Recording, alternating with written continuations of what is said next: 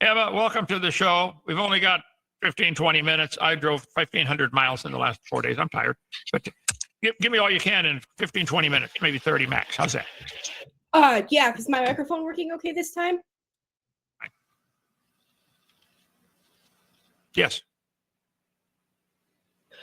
Okay, I wasn't sure. I just had a couple questions for you. Well, first, tell my listeners who you are and what you're doing. Oh, hi. My name is Emma Ayers. I'm a young journalist. I'm 17. I live in Imlay City, Michigan. I really admire what Dr. Hovind is doing, and I love this community.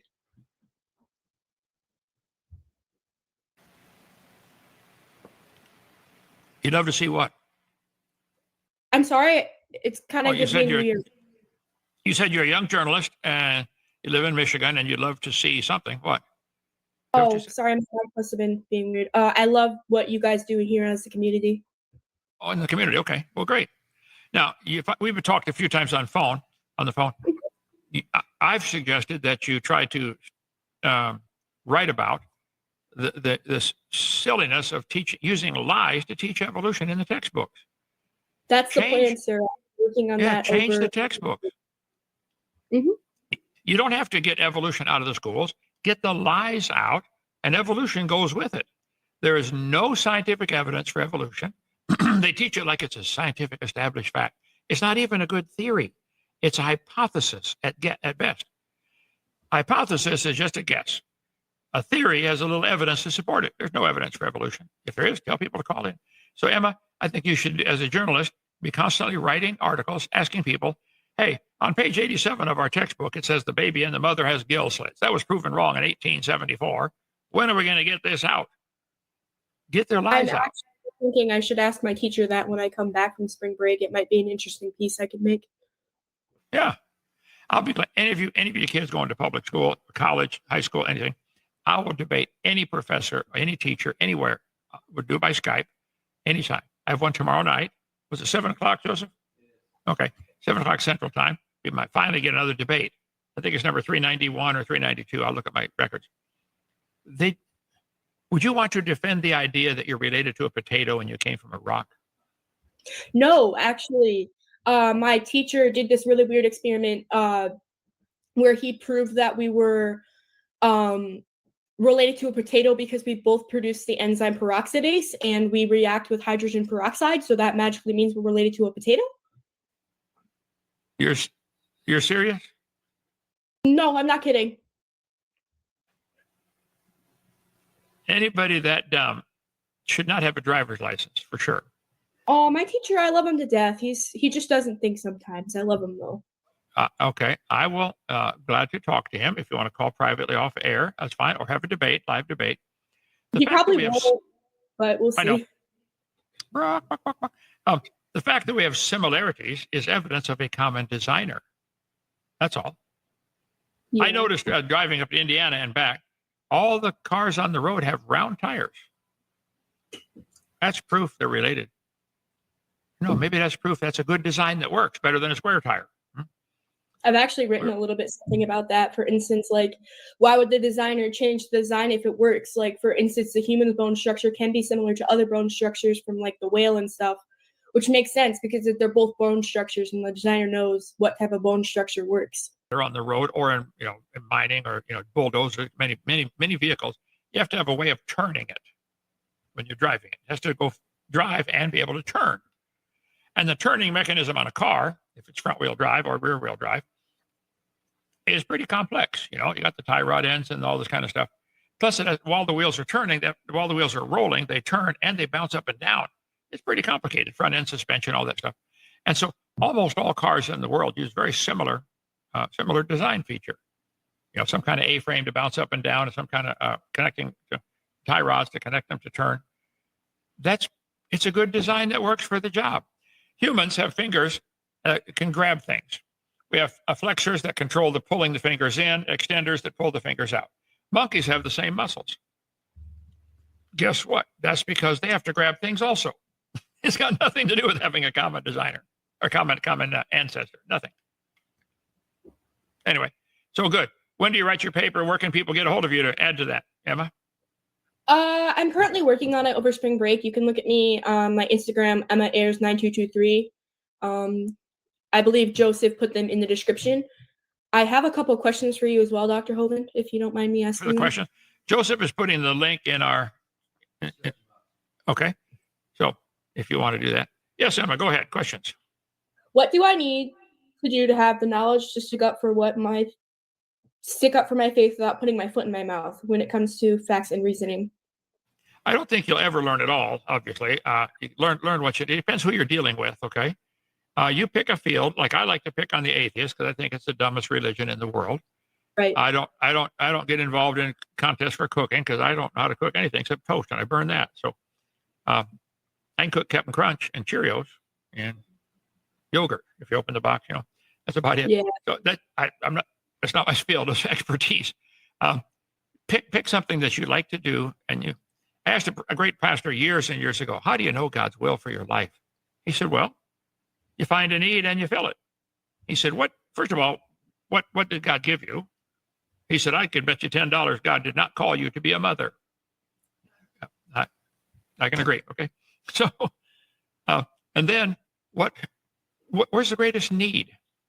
I mean, if you went to the battlefield, where do they need me the most? I need you up on that hill with this weapon. I think we need people attacking this evolution religion because it is destroying our schools, destroying our culture, and so that's what I see as the greatest need. Exalt the Bible. Say, look, God made the world. He wrote a book and told us how He did it, and God makes the rules. God owns this place. It's His. It's His world. If you don't like His rules, build your own planet and do what you want on your planet. But this one is His. So funny because a lot of the Mormons actually believe that this is Jesus's own planet, and that we could have our own planet just like his. But I doubt it. That's another pretty dumb religion, but I don't have time to fight them. There's other people that do that. I'm going to stick on evolution. I have so much fun. And I want to devote my entire life to serving the Lord through creation writing and stuff. Is it okay if I tell the people a little bit about how they can support me as a writer? Sure, please do. So recently I got a letter in the mail inviting me to go to Washington, D.C. in July for the Washington Journalism and Media Conference. I was one of 300 national youth correspondents that was selected to represent my high school. And it costs a lot of money to get there. And I have a GoFundMe. Joseph put it in the description. I would get a college credit and I would learn a lot about our First Amendment rights and how to protect those rights going down to Washington. I'm really excited to go. I've already raised a couple $1,000s, but I think it'd be really cool if you guys could support me in that. I plan on writing experiences as well. So if you guys would be interested in reading that, I could obviously find a way to publish those. But yeah. Well, if you want to help, Emma, where's your GoFundMe account? What's the tip? How do you get there? I believe Joseph is putting it in the description. Okay. Joseph got that up there? Yeah, it's in the description. And I'll just put it in the chat. It's in the description. And in the chat. Okay. If you want to help, be great. And you're in Michigan, Emma, is that right? Yep, I love it here so much. You can have the whole state. Okay. I wish I could. That means I get to own all the rocks in Michigan. I like Alabama. We get rain down here, but we don't have to shovel it. You just wait and it runs right off. Yes. Okay. Well, good. Any other questions? Yes, sir. I have a couple of them. When did your interest in creation science first begin, and who did you learn from? Mine began shortly after I got saved. I was 16, February 9th, 1969, gave a heart to the Lord, started reading my Bible, and I love math and science, always have, ended up teaching it 15 years. I come across these numbers, and it says Adam is 130 when Seth is born. Then later it says Seth is 105 when his son is born. Well, duh, add them up. So I began making a lot of crude charts. This is a refined version of it. But basically, it's the same idea. Before the flood came, the people lived to be 900 years old. So this led to all kinds of questions in my mind, as a young Christian and for years afterwards. How do you live to be 900? I know, don't die, but how do you live to be 900? And where do dinosaurs fit in? And what happened to make it change from 900 down to 400 after the flood? What happened? Why did it go from 900 to 400 to 200 to 100? Something happened. What? And so I became very curious about that. And plus, as a young Christian, I ran across a college student who was our counselor at a Methodist church camp, believe it or not. He was an atheist. And he began telling me about contradictions in the Bible that he thought and proved the Bible was wrong. And it really stumped me as a new Christian. Is there a contradiction between Genesis 1 and Genesis 2? And he showed me the 2 chapters and read them, said, see, this is different. And I was stumped. Okay. And so I wish I could find the guy today. I could straighten him out. But I covered that on video number 7. There's no contradiction at all. So it became, I realized this is a battle that lots of people are losing. A lot of Christians are losing this battle for their faith because of the atheists or evolutionists producing what they say is evidence against the Bible. Like they use the dinosaurs to say, see, they're millions of years old, therefore the Bible's not true.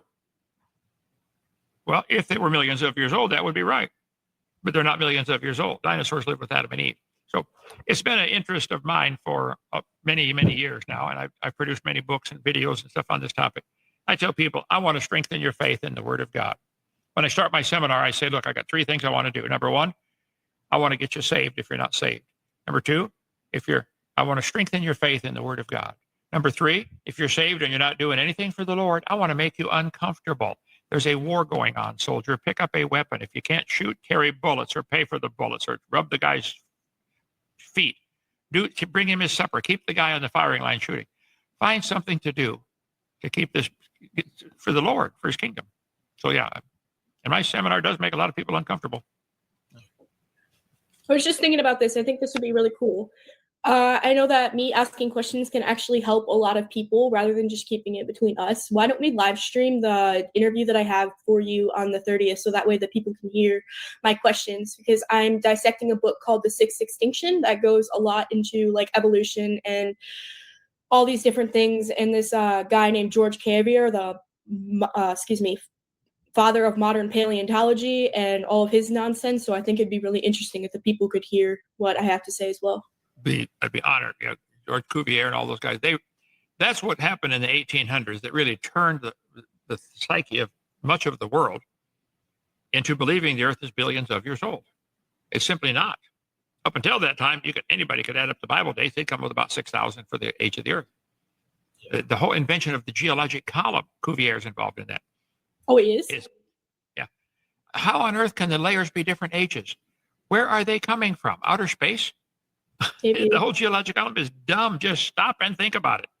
To keep it short, literally, there was a fossil, a 3.5-foot fossil with a head and a spinal cord attached to it. I was just reading about this today.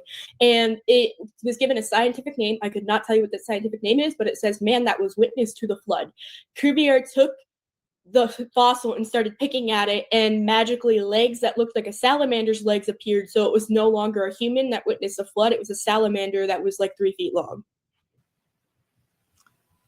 As I mentioned in the show earlier, before you came on, very few human fossils are found compared to animal fossils because humans are smarter and they would avoid drowning and end up on top, so they don't fossilize. They have to be buried to fossilize generally. Yeah, the whole fossils are evidence of rapid burial. I say if you find a fossil in the dirt, like here we go, a fossil clam in the closed position. We have hundreds of them here. Clams open as soon as they die. To get a petrified closed clam, had to be buried alive. Noah's flood would have done that. Somebody sent me a few weeks ago a petrified spark plug, a fossilized spark plug, still in the rock. How on earth? Here's a pocket knife encased in rock. This proves they had pocket knives millions of years ago. Wow, interesting. What else did they get stuff all the time to me? So do you think that fossil that Cuvier found was a human, or do you think it was a salamander? Because he's known for pulling switcheroos on people. I'd have to see that. If it had legs like a salamander, it's a salamander. We even got a fossil rock with a name on it, Grandpa.